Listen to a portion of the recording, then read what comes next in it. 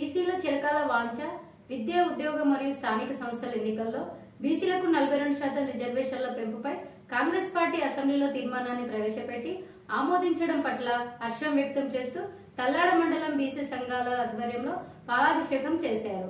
ఈ కార్యక్రమంలో ముఖ్య అతిథులుగా రాష్ట్ర నాయకులు డాక్టర్ మట్ట దయానంద్ విజయ్ కుమార్, ఖమ్మం జిల్లా కాంగ్రెస్ యువ నాయకులు తుమ్మల యుగేందర్, జాతీయ బీసీ సంక్షేమ సంఘం ఖమ్మం జిల్లా అధ్యక్షులు నారాయణవరపు శ్రీనివాస్, తల్లాడ మండల కాంగ్రెస్ అధ్యక్షులు కాప సుధాకర్, తల్లాడ మండల కాంగ్రెస్ నాయకులు కార్యకర్తలు పాల్గొన్నారు।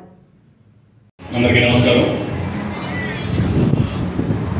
దేశ చరిత్రలోనే కులగణన జరగాలి, బీసీ సోదరులు జరుగుతున్నటువంటి అన్యాయాన్ని అరికట్టాలని రాహుల్ గాంధీ గారు ఇచ్చిన పిలుపు మేరకు అధికారంలోకి వచ్చిన మొదటి సంవత్సరంలోనే 42% మీకు కేటాయించి ఆ నిర్ణయాన్ని తీసుకున్నటువంటి రేవంత్ రెడ్డి గారు, కాంగ్రెస్ పార్టీ నాయకత్వానికి అందరికీ మీ అందరి తరఫున అభినందనలు తెలియజేస్తా ఉన్నాను।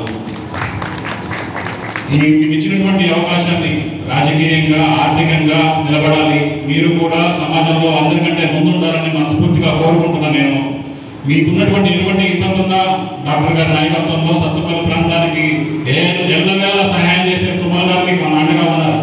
మీకు ఎప్పుడు తుమ్మల గారి ఖమ్మం ఎమ్మెల్యే ఉన్నా, పాలేరు ఎమ్మెల్యే ఉన్నా నిరంతరం సత్తుపల్లి ప్రాంతం ఏ విధంగా ఉంది, అన్ని మండలాలకు నీరు వస్తున్నాయా, అందరూ బాగున్నారనే సంకల్పంతో ఆయన పనిచేస్తున్నారు। రాబోయే రోజుల్లో కూడా తప్పకుండా ఈ ప్రాంతానికి కావాల్సినటువంటి ఎటువంటి అవసరం ఉన్నా, అది పెద్దదైనా చిన్నదైనా తుమ్మల గారి తరఫున నేను కూడా మీలో ఒకటిగా ఎప్పుడు అందుబాటులో ఉండి మంచి చేసే కార్యక్రమాల్లో, చెడు కార్యక్రమం ఏ కార్యక్రమంకైనా సరే మీ అన్నలాగా తమ్ముళ్ళగా మీతో ఉండాలని సందర్భంగా హామీ ఇస్తూ పార్టీ చేసినటువంటి నిర్ణయాన్ని ప్రజల్లోకి తీసుకెళ్లి రాబోయే అన్ని ఎలక్షన్స్ లో మనం సత్తుపల్లి ప్రాంతాన్ని నెంబర్ 1 గా చేసుకోవాలని మరొకసారి కోరుకుంటూ సెలవు తీసుకున్నాం। జై హింద్। అదేవిధంగా కాంగ్రెస్ పార్టీ నాయకులు, నేనంతా అభిమానించేటువంటి తుమ్మల యుగేందర్, అదేవిధంగా కాంగ్రెస్ పార్టీ రాష్ట్ర నాయకులు, మనందరి పేద బడుగు బలైన వర్గాలకు అత్యంత సన్నిహితంగా ఉండేటువంటి మన ప్రియతమ నాయకులు డాక్టర్ మట్ట దయానంద్ విజయ్ కుమార్ గారికి, వేదిక మీద ఉన్నటువంటి పెద్దలకు, అదేవిధంగా ఇలాంటి కార్యక్రమాన్ని ఇచ్చేసినటువంటి వివిధ గ్రామాలకు సంబంధించినటువంటి కాంగ్రెస్ పార్టీ నాయకులకు, కార్యకర్తలందరికీ కూడా హృదయపూర్వకంగా ధన్యవాదాలు తెలియజేస్తా ఉన్నా।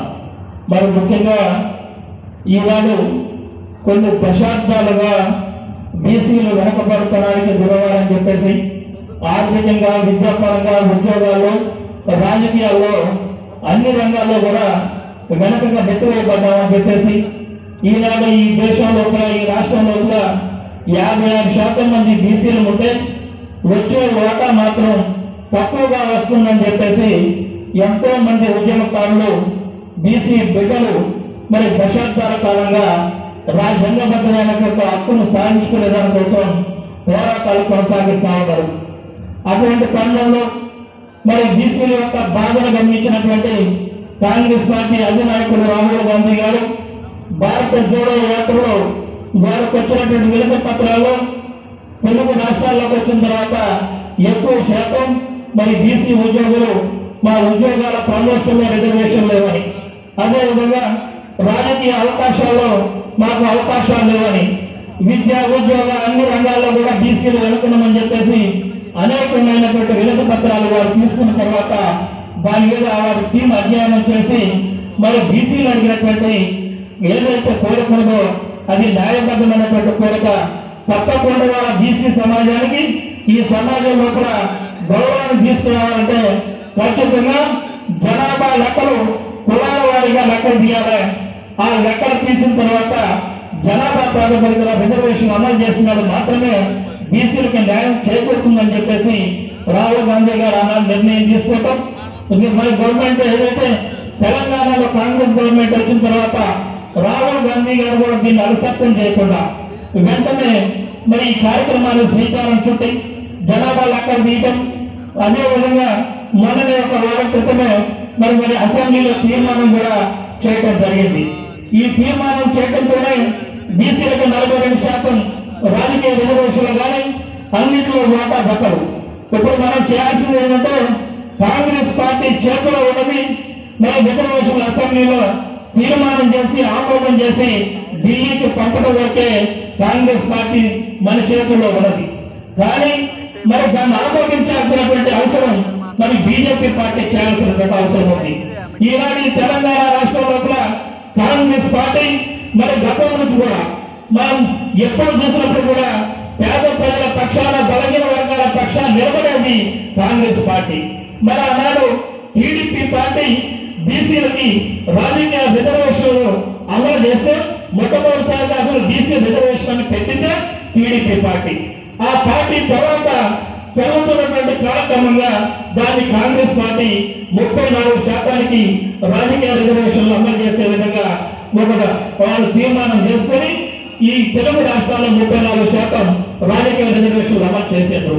అటువంటి పరిస్థితుల్లో మరి 34% మాకు చాలదని చెప్పేసి మేము 56% ఈ తెలుగు రాష్ట్రాల్లో ఉంటాం, మేము 34% మీరు ఇవ్వడం వల్ల మేము నష్టపోతామని చెప్పేసి తెలంగాణ ఉద్యమకారులు అనేక సందర్భాల్లో ఉద్యమాలు చేస్తా ఉంటే మన రిజర్వేషన్లు పెంచాల్సింది పోయి గత ప్రభుత్వం బీఆర్ఎస్ ప్రభుత్వం ఏదైతే ఉందో ఆ నియంత కళాకొండ చంద్రశేఖరరావు ఈ రాష్ట్రంలో 34% ఉన్నటువంటి బీసీ రిజర్వేషన్లు 21% తగ్గించాడు.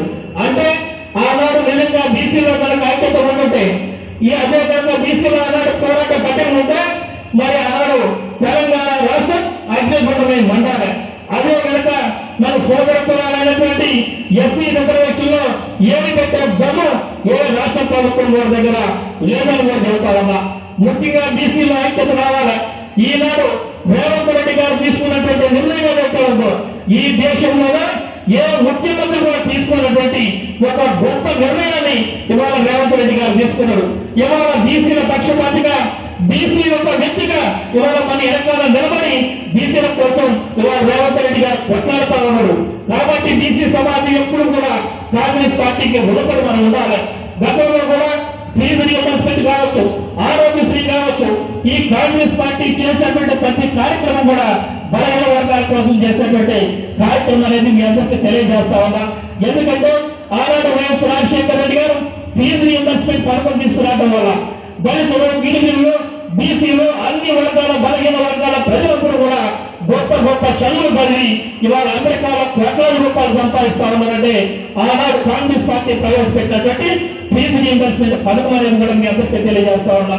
అదేవిధంగా గత బీఆర్ఎస్ ప్రభుత్వంలో చదువుకున్నటువంటి నిరుద్యోగుల్ని మరి రోడ్డు మీద వదిలేస్తే కాంగ్రెస్ ప్రభుత్వం అధికారంలోకి రాకపోతే మన నోటిఫికేషన్ వేయటం, వాటిని ఫిలప్ చేయడం కూడా మనం చూస్తా ఉన్నాం.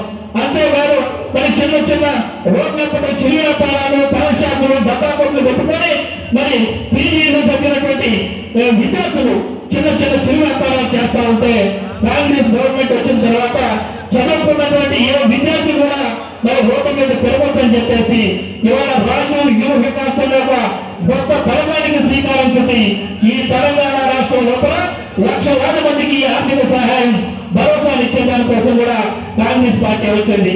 కాబట్టి మిత్రులారా ఇక్కడ ఉన్నటువంటి బీసీ సోదరులకి కాంగ్రెస్ పార్టీ నాయకులకి కార్యకర్తలందరికీ కూడా విజ్ఞప్తి చేస్తా ఉన్నా. ఈనాడు ఏదైతే 34% మరి బీసీ రిజర్వేషన్ ఇంప్లిమెంటేషన్ ఏదైతే ఉందో అది కేవలం బీసీలకు సంబంధించినటువంటి ఒక అంశంగా మనం పరిగణలో తీసుకోవద్దు.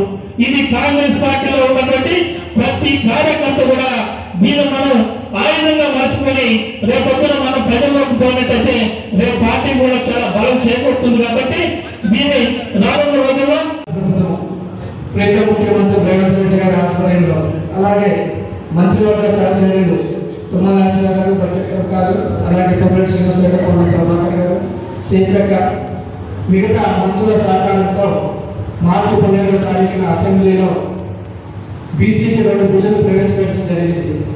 ఆ ప్రవేశపెట్టిన బిల్లులో మొదటి ఏదైతే ఉందో విద్యా ఉద్యోగాలలో అవకాశాలు కల్పించాలని, అలాగే రెండోది రాజకీయంగా కూడా మనకి రిజర్వేషన్ కావాలని చెప్పి అసెంబ్లీలో ప్రవేశపెట్టి అసెంబ్లీలో ఉన్నటువంటి మంత్రులు అలాగే ఎమ్మెల్యేల సహకారంతో బిల్లు పాస్ చేసినందుకు ముందుగా అక్కడ ఉన్న అసెంబ్లీ ఎమ్మెల్యేలకి, మంత్రులకి అలాగే మన ప్రియతమ రేవంత్ రెడ్డి గారు కూడా హృదయపూర్వక ధన్యవాదాలు తెలియజేస్తున్నారు. ముఖ్యంగా బీసీలకి మన దేశంలో ఉంది రాజకీయంగా ఎంత అరగదొక్కబడ్డారో మన అందరికీ తెలిసిన విషయం. మన దేశంలోనే మొట్టమొదటిసారిగా బీసీ కులప్రతిపాదన మన సర్వే చేయించి ఏదైతే రాహుల్ గాంధీ గారు ఆ జోడో యాత్రలో చెప్పిన విధంగా రేవంత్ రెడ్డి గారు మన ముఖ్యమంత్రి చేసేటప్పుడు ఎన్నో అడ్డంకులు వచ్చాయి, ఎంతమంది విమర్శించారు. అయినా సరే అన్నీ కూడా పక్కన పెట్టి ఖచ్చితంగా బీసీలకి రిజర్వేషన్ కల్పించాలని ఒక సదుద్దేశంతో బీసీ బిల్లు ప్రవేశపెట్టి దాన్ని ఆమోదించడం జరిగింది. ఆమోదించడమే కాకుండా అది ఇక్కడే కాదు, పార్లమెంట్లో కూడా అది ఆమోదించే విధంగా మన బీజేపీ నాయకుల మీద ఒత్తిడి తీసుకునే పరిస్థితి మనందరి మీద ఉంది. ఎందుకంటే సెంట్రల్ లో గవర్నమెంట్ బీజేపీ ఉంది, మన రాష్ట్రానికి మంత్రులు ఉన్నారు. కాబట్టి ప్రతి ఒక్కరు కూడా బీజేపీ నాయకులు ఎక్కడున్నా సరే చౌకబారి విమర్శలు మాని ఏదైతే రేవంత్ రెడ్డి గారు రాహుల్ గాంధీ గారి ఆధ్వర్యంలో 42% బీసీలు ప్రవేశపెట్టారో దాన్ని పార్లమెంట్ లో ప్రవేశపెట్టకుండా ఆ నాయకులు కూడా గలవింపి మాట్లాడాలని చెప్పి వాళ్ళకి విజ్ఞప్తి చేస్తున్నారు. ఏదో చౌకబారి చేసుకుంటే కాకుండా ఒక చిత్తశుద్ధితో ఈ రోజు ప్రవేశపెట్టిన బిల్లుని పార్లమెంట్ లో కూడా ఆమోదించినట్లయితే పార్లమెంట్ లో కూడా మనకి అసెంబ్లీలో కూడా ఎమ్మెల్యే కానీ ఎమ్మెల్సీ కానీ ఎంపీ సీట్లు కూడా వచ్చే అవకాశం ఉంటుంది. కాబట్టి దీన్ని మనతోనే కాకుండా మన సెంట్రల్ లో కూడా వినిపించే అవకాశం మనకు ఉంటుంది. కాబట్టి ఖచ్చితంగా ప్రతి ఒక్కరు ఆ విధంగా ముందడుగు పోవాలని చెప్పి మనస్ఫూర్తిగా కోరుకుంటూ మన ప్రాంతానికి చెందినటువంటి తుమ్మల నాగేశ్వరరావు గారు కానీ పొంగుల శ్రీనివాస్ రెడ్డి గారు కానీ మన నియోజకవర్గాన్ని ఎన్ని కావాలో ఏది కావాలో చేస్తున్నా మనందరికీ తెలిసిందే. ఖచ్చితంగా ఒకటే చెప్తున్నా, మనం ప్రతి ఒక్క కార్యకర్త కూడా మనం చేసే పథకాలు ఏదైతే ఉన్నాయో కాంగ్రెస్ ప్రతి పథకాలు ప్రజల్లో తీసుకెళ్ళే అవసరం మనకు ఎంతైనా ఉంది. మనం చేసేది ఇప్పుడు ఉదాహరణ చూస్తే మనకి రైతు రుణమాఫీ దాదాపు 75 నుంచి 80% మనకి రుణమాఫీ జరిగింది. 15% మాత్రం జరగలేదు, ఎవరో 2 లక్షల వాళ్ళు జరగలేదు.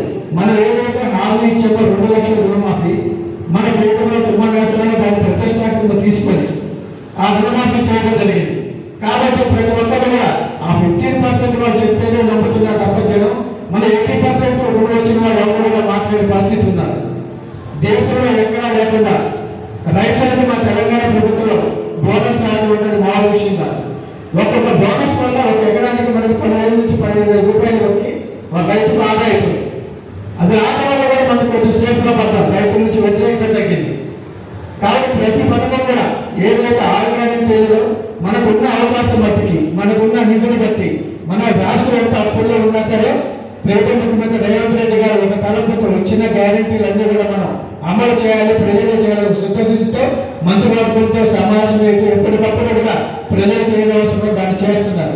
కాబట్టి ప్రతి ఒక్కరు కూడా ఉదాహరణకు మనం చూస్తే ఈ రోజు కరెంటు బిల్లు కానివ్వండి, లేకపోతే బస్ ఛార్జీలు కానివ్వండి, లేకపోతే గ్యాస్, దానివల్ల ఒక్కొక్క కుటుంబానికి 3,000 రూపాయలు బెనిఫిట్ జరుగుతుంది. కానీ మనం అవన్నీ కూడా ప్రజలకు తీసుకెళ్ళబోతున్నాం. ప్రజల్లో తీసుకెళ్తే ఖచ్చితంగా ప్రజలు మనం ఆదరిస్తారు. ఖచ్చితంగా మనకి కాంగ్రెస్ పార్టీలో రాబోయే స్థానిక సంస్థలో 100% గెలిపిస్తారు. కాబట్టి మనమున్న ఈ నిశ్శబ్దాన్ని విని మరో శబ్దంతో కాంగ్రెస్ పార్టీ ఏదైతే చేస్తున్న పథకాలు ప్రజలకు ఎలా అందుతున్నాయో ప్రతి గ్రామంలో కూడా మీరంతా కూడా ఖచ్చితంగా చెప్పినట్టయితే మనకు చాలా మంచి అవకాశాలు ఉంటాయి. ముఖ్యంగా ఇది రాజీవ్ వికాసం అనే మంచి ప్రోగ్రాం దాదాపు 6,000 కోట్లతో మన తెలంగాణ రాష్ట్రం ప్రవేశపెట్టారు. అలాగే మన నియోజకవర్గం వస్తే దాదాపు 4 నుంచి 5,000 మంది యువకులకి మనం లోన్స్ ఇప్పించగలం. అంటే ఒక మంచి ప్రోగ్రాం. దాదాపు మన కోసం కష్టపడి ఎవరైతే ఉన్నారో వాళ్ళు ఆర్థికంగా మనం బలోపేతం చేయొచ్చు, కార్యకర్తలు మన అన్నదండగా ఉందని చెప్పి మనం నిరూపించుకునే అవకాశం మనకు వచ్చింది. కాబట్టి ప్రతి ఒక్కరు కూడా ఏదైతే పథకాలు ఉన్నాయో వాటిలన్నింటినీ కూడా ప్రజల్లోకి తీసుకెళ్లాల్సిన బాధ్యత మన మీద ఉంది. ఇది వ్యక్తుల గురించి కానీ కాంగ్రెస్ పార్టీని మనం ఎలా తీసుకెళ్తున్నాం అనేది ముఖ్యం. మనం వ్యక్తిగా మనం వెళ్తే మనకి ఇబ్బంది. అదే కాంగ్రెస్ పార్టీకి వెళ్ళినట్టయితే కాంగ్రెస్ పార్టీకి మన రాష్ట్రంలో గుర్తింపు వస్తుంది, అలాగే కేంద్రంలో గుర్తింపు వస్తుంది. కాబట్టి ప్రతి కార్యకర్త ఆ విధంగా మీరంతా కూడా అడుగులు వేయాలని చెప్పి మనస్ఫూర్తిగా కోరుకుంటూ మేము ఎప్పుడు చెప్పినా ఒకటే, ఈ గ్రూప్ రాజకీయాలు ప్రతి దగ్గర ఉంటాయి. అవన్నీ మానేసి రాబోయే కాలంలో అందరూ ఏకదాటి మీద వచ్చి స్థానిక సంస్థలు ఎంపీటీసీ, జెడ్పీటీసీ, సర్పంచ్ ఎన్నికలలో మనందరూ 100% గెలవాలని చెప్పి మనందరినీ కోరుకుంటున్నాం.